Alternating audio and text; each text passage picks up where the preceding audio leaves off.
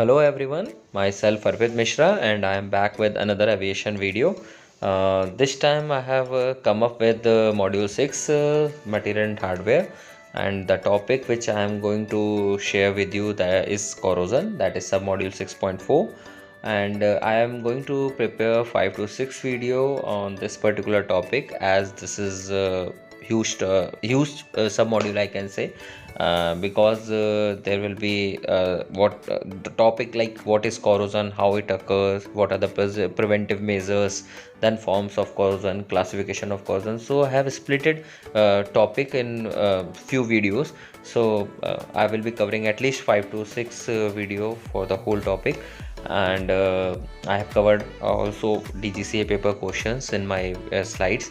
So whatever point I am mentioning over there, that I have put a star mark on that particular point, you must refer that point. And also if you find some other question from paper, previous exam paper, you can post in a comment box. I will be trying my level best to provide the answer for the same, but already I have mentioned many of the point from different books in my slide, so kindly refer all those points. And I will say that watch all the videos completely, so that you will be getting good idea regarding the topic. Let's start with the session. So let's get started. अभी तक हम different forms of corrosion को cover कर चुके हैं. I think I have covered 5 to 6 forms of corrosion till now. अब बात करते हैं फर्दर पिटिंग कॉरोजन के ऊपर. हालांकि ये वर्ड हमने कई बार देख लिया, कई कॉरोजन में ये हमने देखा कि सरफेस पिटिंग जैसा ऑब्जर्वेशन एज ए अपीयरेंस देखने को मिलता है. तो अब बात करते हैं बेसिकली ये कॉरोजन कैसा है. Pitting corrosion is detected as a series of pits on the metal surface, usually in a small, well-defined local area. तो आप इमेज में देख सकते हैं किस तरीके से स्पॉट साइड में ये सरफेस पे छोटे छोटे ग्रूव्स बने हुए हैं, यानी कि काइंड ऑफ होल बने हुए हैं. ठीक है. Now pitting corrosion is one of the most destructive and intense form of corrosion. ये आपको याद रखना है. It is one of the most destructive and intense form of corrosion.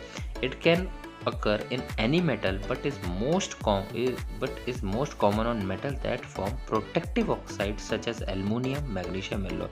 हमने फर्स्ट वीडियो में ये बात की थी, कुछ मेटल के ऊपर एक ऑक्साइड लेयर फॉर्म जो होती है वो प्रोटेक्टिव लेयर की तरह काम करती है. उसमें से एल्युमिनियम, मैग्नीशियम का भी नाम था. तो ये पिटिंग कॉरोजन जनरली वहाँ होता है जैसे कि एल्युमिनियम और मैग्नीशियम एलॉय हैं जो कि प्रोटेक्टिव ऑक्साइड लेयर फॉर्म कर लेते हैं. ठीक है. It is first noticeable as a white और grey pottery deposit similar to dust which blotches that is mark the surface. तो इसका जो ऑब्जर्वेशन होता है इनिशियल फेज में, ये वाइट और ग्रे पॉटरी डिपॉजिट देता है. अब इस स्लाइड पे आपको फर्स्ट पॉइंट, इवन आप सेकंड पॉइंट भी, थर्ड पॉइंट भी, फोर्थ पॉइंट भी, ये एटलीस्ट 4 पॉइंट इस स्लाइड के आपको याद रखने हैं कि इसमें आपको हर पॉइंट में कुछ ना कुछ इंपॉर्टेंट दिखेगा. लास्ट पॉइंट पे थोड़ा ध्यान रखिएगा कि कैसा ऑब्जर्वेशन आता है. तो वाइट और ग्रे पॉटरी डिपॉजिट जनरली ये शो करता है. When the deposit is cleaned away, tiny hole or pits can be seen in the surface as you can see in the image. अब बात करते हैं माइक्रोबियल कॉरोजन की. This corrosion occur in integral fuel tank and is caused by the pressure of the bacteria and fungus in aviation kerosene. तो aviation kerosene यानी कि हम jet a fuel generally use कर रहे हैं. जेट ए 1 हम लोग यूज़ कर रहे हैं अपने कॉमर्शियल एयरक्राफ्ट के अंदर. तो वहाँ पे फ्यूल टैंक में ये माइक्रोबायोलॉजिकल ग्रोथ जनरली देखने को मिलती है. फ्यूल के अंदर रह जाते हैं कुछ फंगस, धीरे धीरे क्रिएट होते हैं. इनकी वजह ये भी हो सकती है कि फ्यूल टैंक में अगर थोड़ा सा करोजन है तो ये फ्यूल को ख़राब करना शुरू कर देता है.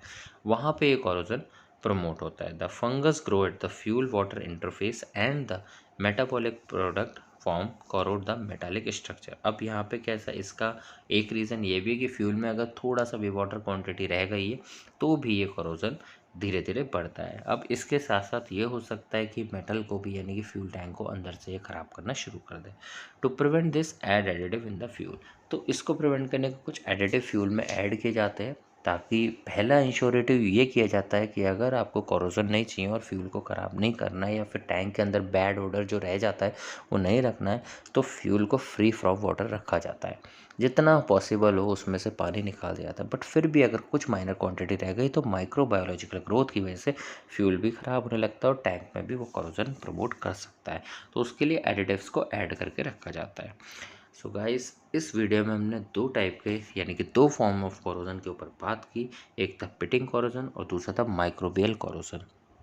पिटिंग कोरोजन के अगर बेसिक देखा जाए तो उसका अपीयरेंस हमने देखा कि वो एक तरीके से ग्रे या पाउडरी डिपॉजिट आपको दिखाएगा और उसकी इमेज भी आपने देखी किस तरीके से देखा। सिमिलरली माइक्रोबियल ग्रोथ के अंदर हमने फ्यूल टैंक के ऊपर बात की कि फ्यूल टैंक में जनरली ये देखने को मिलता है एविएशन फ्यूल, और इसका मेन रीज़न ये होता है फ्यूल में वाटर प्रेजेंस हो, उस वजह से ये कोरोजन हो जाता है।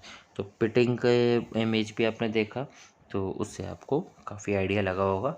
तो थैंक यू। मैं अगले वीडियो में फर्दर फॉर्म ऑफ कोरोजन पे बात करूँगा।